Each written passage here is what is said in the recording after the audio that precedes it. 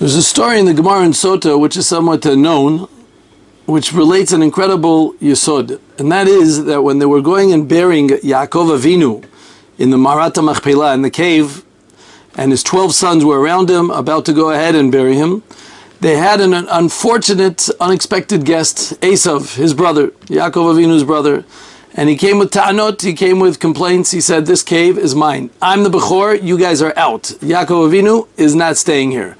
And obviously the man had a little bit more brawn than other people. And they got into a whole debate, a whole feud. They had to go ahead and decide who's, yes, a whole feud between the two of you. It was a family feud that had to decide who's going to be. It's not true. Yaakov Avinu bought the rights, didn't buy the rights, back and forth between the two, until they said, let's take out the deeds to see that it's mine.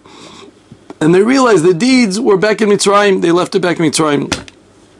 So immediately they sent Naphtali, who was nimshal to a tzvi, to be able to rutz with his super speed, to be able to go back. He had a special extra koach, and he got into his Tesla, and he went back to Mitzrayim in order to bring the deeds. In the process, while everybody's sitting around, waiting for him to come back and show the deeds that the Ma'ara really belongs to Yaakov Avinu, that it goes under his auspices, suddenly a guy named Chushin ben Dun, who was the son of Dun, the grandson of Yaakov Avinu, who was also deaf, got up and he said, "What's going on here? What's happening?"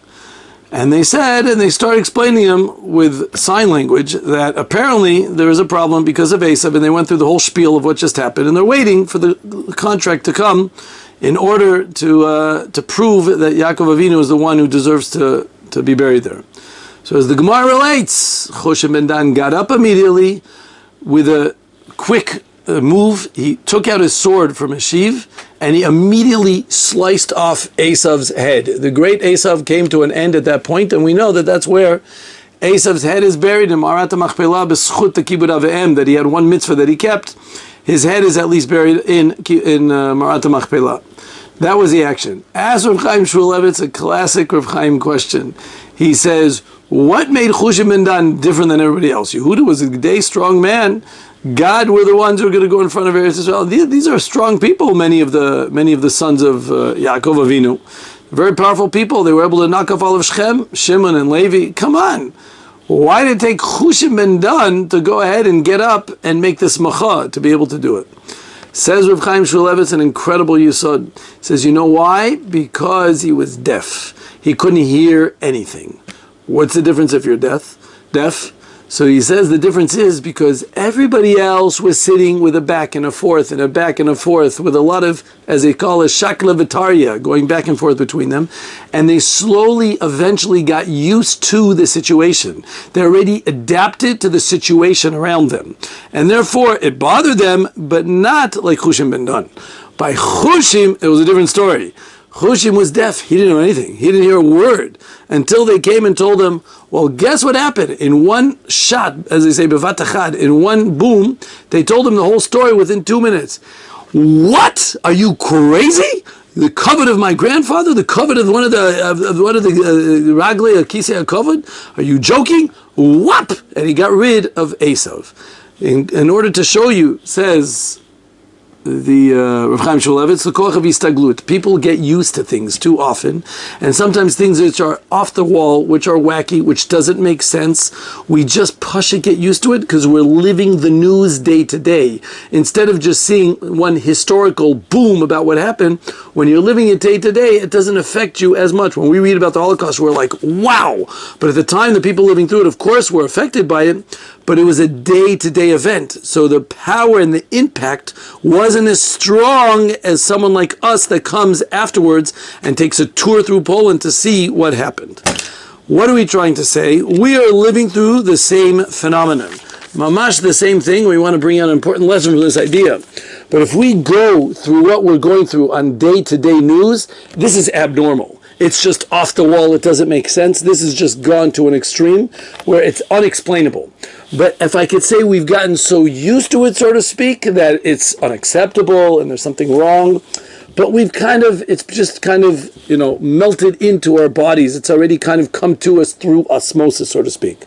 As we know from the beginning, We had a group of 3,000 Meshugana people, Arabs, that have come with a bunch of motorbikes and a few, flying saucers to be able to go over the gate and through gates which are electrically barbed, that even a mouse that would touch one of these gates would immediately get zapped. This thing was unbelievably technologically advanced, and they were still able to step through it, and they still haven't had an answer at how they were able to succeed to be able to do such a thing. That's A. B, even when they were in there, how long did it take to retrieve the situation? They were 5 hours unadulterated without anyone to interrupt them. No army people were there to be able to stop them. Only after 5 hours would the people come in to realize, wow, this is a really serious situation. Not only that, they went into a basis tzva'i, they went into a base, an army base, all people equipped with guns, and they, lo aleinu v'lo alechem chas v'shalom, they knocked them all out. 250 people dead in one shot. They were able to kill all of them without any of them moving, to be able to take care of the whole employee with no resistance at all. Not only that, they were able to capture 250 captives. I know these are all familiar stories. I don't know about the base, but they're all familiar stories with us. But it's already become part of life. Here we are 10 months later, and things haven't been, and it doesn't affect us as much. But Lamaisa, we've been getting used to it. Besides all the gruesome slaughters that we saw, suddenly we find that we are the ones being chased instead of other people understanding that we were the victims. Suddenly we're the ones who are the roidfi, but not the nirdafim. We're the ones who are the ones who are trying to attack, as opposed to the ones who are being attacked. This doesn't make any sense when we go ahead and think about it. Ad kedei kach that we have people, 60 states, 60 countries that signed a contract in this accursed group of people that we call the UN, that they decided that we are considered Retzach Am, that we are considered apartheid, we are the ones who are considered the ones who are destroying a whole entire innocent people. The innocent civilians that they're talking about, they were in together with these 3,000 people. They were part of them, these innocent civilians. Of course, I don't have to talk to you about the chanting of the river and the sea and all the anti-Semitism that we see. And yes, we're disgusted by it, but I hate to say, I think we're not like Chushim ben Dam. We've become adapted to it. Slowly but surely, it's just become a part of life. To be able to, something that we swallow. We're in a war right now with Iran, something that has never happened in this country, with a very powerful country, not necessarily intelligent, if I could say, but they have a tremendous amount of goods and a tremendous amount of money behind them to be able to lo aleinu what they can do. And at the same time, coinciding to this whole incredible event that's happening, they're taking away all funding from the people learning, to make sure to choke them at the neck, to make sure that they can't survive. Even the day schools and everything, that the wives can go to work. In the meantime, that they should be able to go to work, they're taking away those capabilities to make sure that that is not here to protect us either. It's an incredible type of thing. I don't have to go through the presidents that are going through this funny whole cycle of what's happening in America, of what one president to the next, things that we've never seen before. One crazy one just goes to the next crazier one. On both sides, both the Republicans and the Democrats seem to be completely imbalanced, as if when you have a country of 300 million people, they couldn't find two candidates that were a little bit more fitting to be able to fit the picture. And all this comes, of course, this is already in the back of our memory of something that comes from 1,000,000 years ago. This comes in the Reka of Corona, which was something that was unprecedented in human history.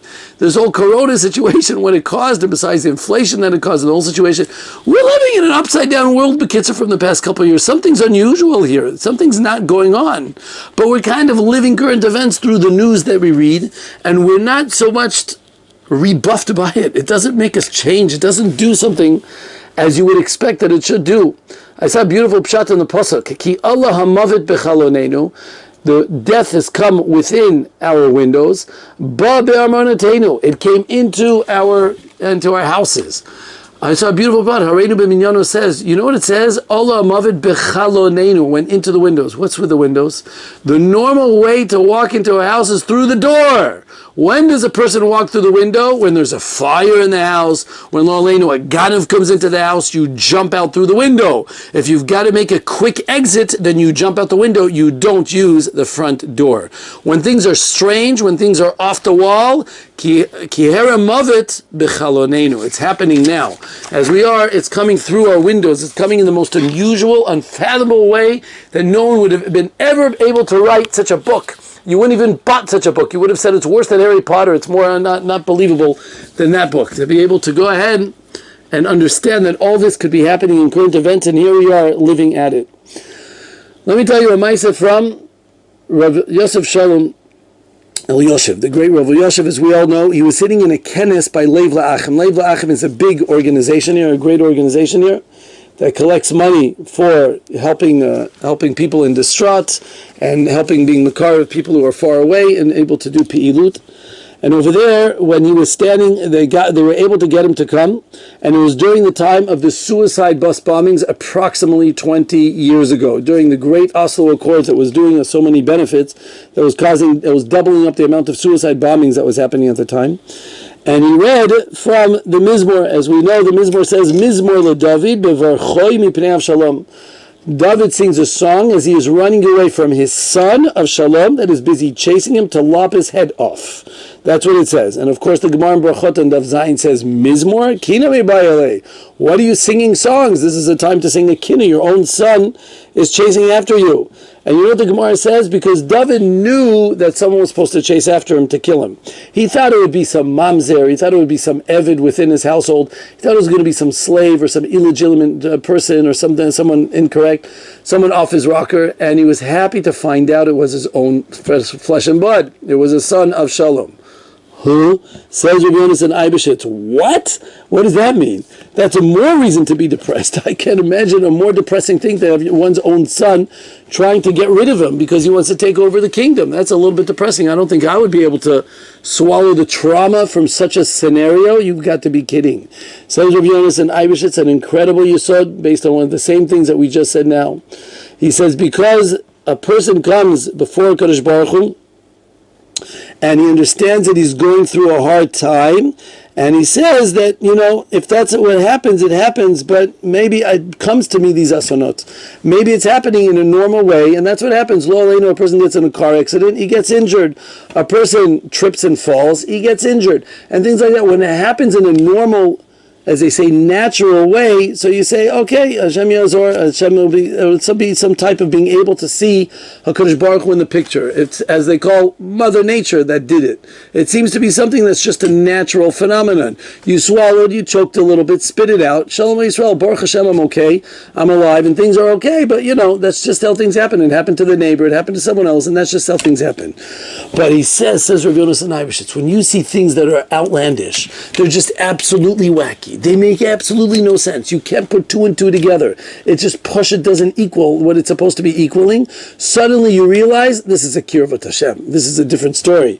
Over here, this is something very focused. It's very directed. The bullet is put on the person's head. He realized that HaKadosh Baruch Hu is focusing on this person, and now suddenly he finds a connection with HaKadosh Baruch Hu. Suddenly he realizes, whoa, Hashem is speaking to me. Suddenly he realizes that maybe it is HaKadosh Baruch Hu speaking to me. Now there's more reason for me to make a change. There's more of a realization that Hashem cares about me. There's something that we call Hashgacha Pratit, the individual providence that He gives. It's not something that's klali that just happened to, just like the neighbor, it happened to me also. This is something incredibly individualized. That's the pshat of the great Rav Yonatan Eibeshitz, who lived in the time of the Ramchal 300 years ago, who said this incredible pshat. And from here we understand a piece in a pasuk that says like this: V'nei ze omed achar kotleinu mashgiach mina chalonot matzitz mina charakim. What does the pasuk in Shir Hashirim say? Sometimes the Kodesh Baruch Hu stands behind a wall and He watches us from the window and He's peeking from the crevices. Rav Saadia Gaon says, when does He look from the window? He says, when you're doing Ratzon Shel Malkum, when things are good, when you guys are being good. Metzitz mina charachim is when bizman shelo asim ratzono, when you're not doing the Ratzon Hashem. What's the pshat? What's the difference when He looks from the window, when He looks from a crevice? An incredible pshat. Because when a person is looking at you from the window, you can look at him back. You see him through the window in turn also. It's receptive. It's receptive. It comes back and there's a back and forth between the two of you. When you see him, he sees you. That's when you're oisim ritzon shel malkum. When you see a Kadosh Baruch Hu doing the Yisurim, he's looking from what we spoke about before, the chalonot, from the windows.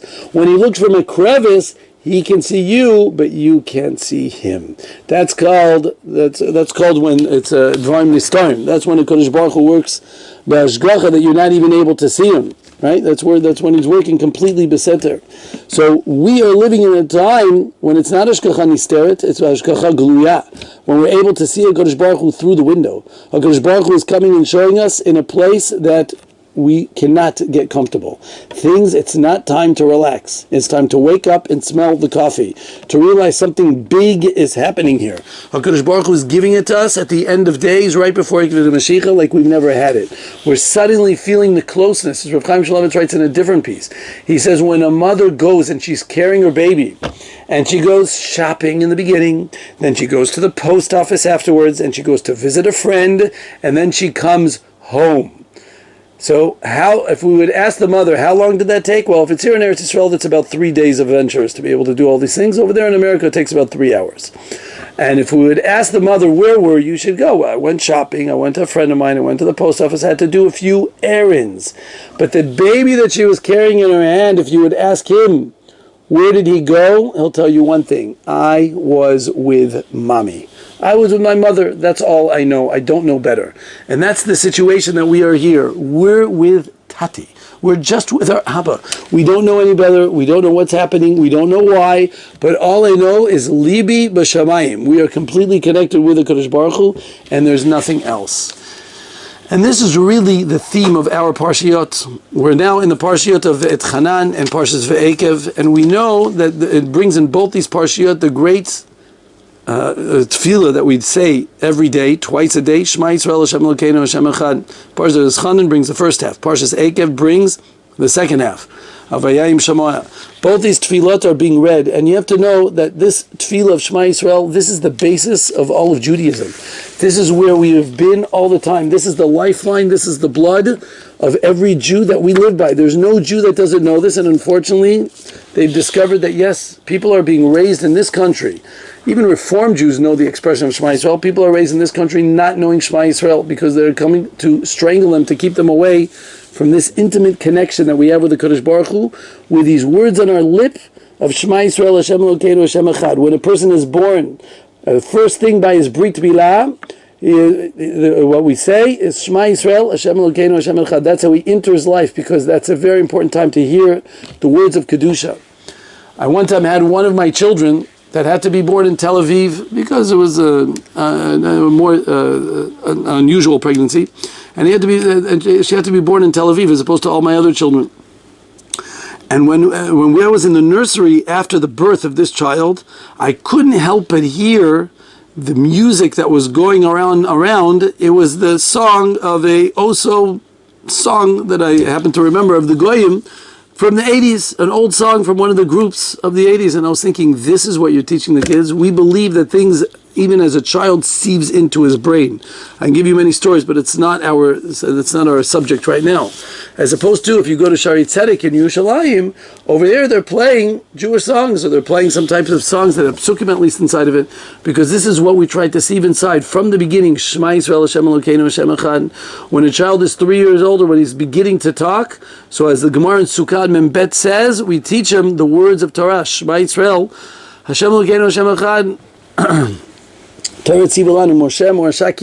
That's how we begin him. Until the day of death, many people, when they die, when a person dies, they're obligated to go ahead and say Shema Yisrael at their death. How many people have died on Kiddush Hashem with the words of Shema Yisrael on their lips?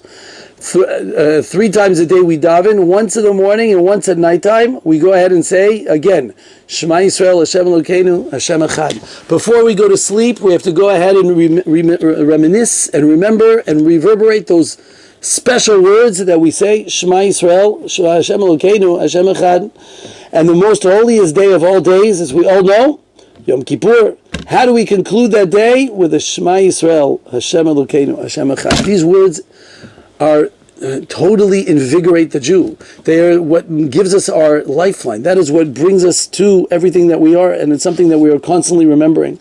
As the Netziv Shalom writes in the beginning of his Sefer, he writes, the Amunah of every Jew is the Mizbeach, it's the sacrificial altar of love that we have given to our Kadosh Baruch Hu. It's a sacrifice of self that millions and hundreds and tens of millions of Jews have done over the centuries. It's the song of life, the Shirat HaChayim Shalanu, that we have always died. Be'esh Kodesh Zot Alu Ala Mokad. With this incredible holy fire, we have gone to be sacrificed, to go ahead and sacrifice ourselves to HaKadosh Baruch Hu. And even though they were given promises of living a happy and joyful and comfortable life, they went ahead and were willing to give it all up, even if it's just, as he says, Lamarit Ayin, even if it's just to the naked eye looks like you're going to head and be a Christian or go and do something that's not Jewish. Even if it was just for that, they were still not willing to do it, because Mayim Rabim lo yuchlu lechabot et ahava. There's no tanug, there's no pleasure that goes over and beyond such a connection, such a relationship that we've given with these words of Shema Yisrael, Hashem Elokeinu, Hashem Echad, which goes back to what I was saying before. This idea of feeling that Tati is holding me. I'm so connected to him. I look up to him and I know I'm in good hands. I know that I'm going to be okay and things are fine.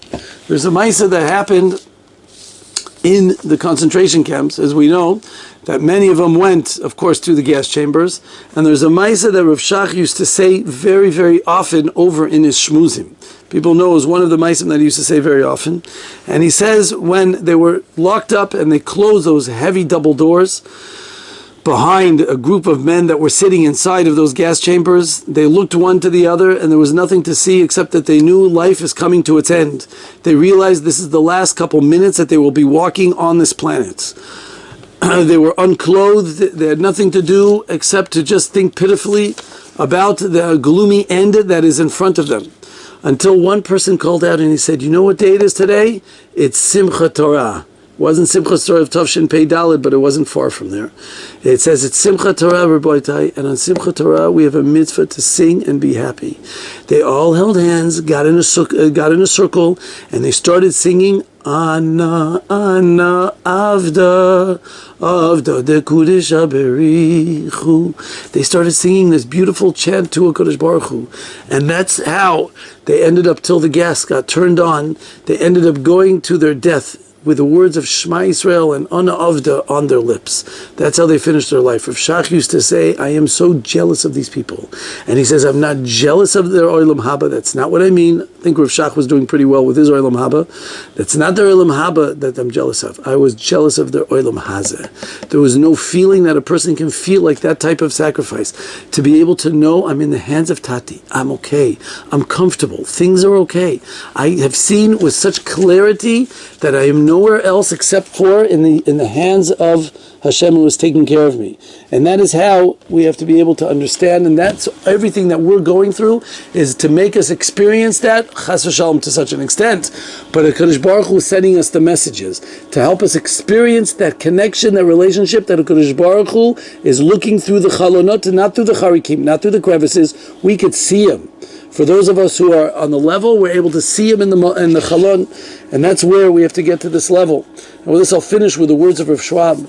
Rav Schwab actually writes, he says, the biggest mile of Akedat Yitzchak, when he talks about the idea of Akedat Yitzchak, he speaks about this in Eov, was not the physical sacrifice of Yitzchak Avinu. It was not the physical sacrifice of Avraham Avinu. That wasn't what the Akedah was all about. It was an Akedat Adat. It was a sacrifice of knowledge, of my cognition, of being able to, we say, Mevatel Da'at, to completely annul my knowledge to the Eibishter, to HaKadosh Baruch Hu.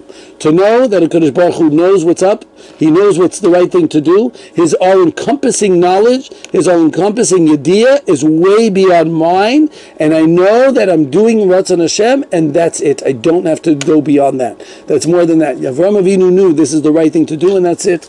This is what we try to be mechanech our children, by the way. The reason why the world is so difficult to be able to go ahead and believe in religion, the reason why the world has become so atheistic, so far away from belief in a God, is for one reason only, because there's no parenthood anymore, at least the Western world. There's no parenthood anymore. The idea of the parenting in the Western world is don't be a parent. Let him make his own decisions, let him do his own thing, meaning there is no hierarchy, there's no one above me. And when you have such a phenomenon, when you have such a way of thinking, then we live in a godless world. Of course, I don't need to be what we say mevatel da'at, to annul my way of thinking to a higher being, because the way I think is it. There is nothing beyond that way of thinking. And by that factor, you end up you are raising godless children. You're basically raising children who don't need to believe in a God and don't believe in more. And that's why from the day we're born till the day we die, we enunciate these beautiful words of Shema Yisrael, Hashem Elokeinu, Hashem Echad. We say V'ahavta, we say V'ahayim Shemo, which is all about the fact that there is nothing else, and it's not Ke'ilu, it's an Akedat Da'at. It's a sacrifice to HaKadosh Baruch Hu. As the Slonimer writes in Nesivat Shalom, by the Shoah, he talks about the Holocaust. What was the big thing, the Kiddush Hashem that they did? They were killed. Well, what was the big thing? He says these words also. It was the Akedah Tadat. It was the sacrificing my Ratzon to the Ratzon of HaKadosh Baruch Hu. And this is the great power that we have when we say these words of Shema Yisrael, when we say all the paragraphs of Shema Yisrael. We should have this in mind during that time period and realize this is the kavanah, mitzvah strichas kavanah, and you need to have the proper kavanah, the kavanah to realize that yes, I am in the hands of HaKadosh Baruch Hu. Don't just think Kabbalah is Ol Malchut Shamayim. Kabbalah is Malchut Shamayim. What does it mean, Kabbalah to Ol Malchut Shamayim? What does it mean? It means to know that I'm not in my own hands. Look at the mess of what's going on in the world. You know this is not normal. This is unnatural. There's something going on. There's something strange. We are not in control of the news. We're not in control of changing it and making some type of substitutes or changes in this whole entire situation. It is what it is, and only HaKadosh Baruch Hu is going to be running the show. And with this, I will end with a quick story from the Panovich Rav.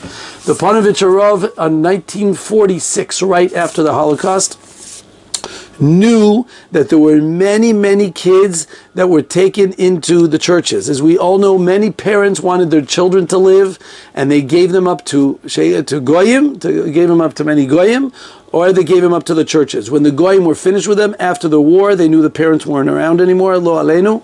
So then they went ahead and they gave them all to the churches. The churches had a few big auditoriums of Jewish children which were on the way to being baptized. The Panovich Rav worked very hard to find out names of children, specifications, as much as he could to be able to do the best he can.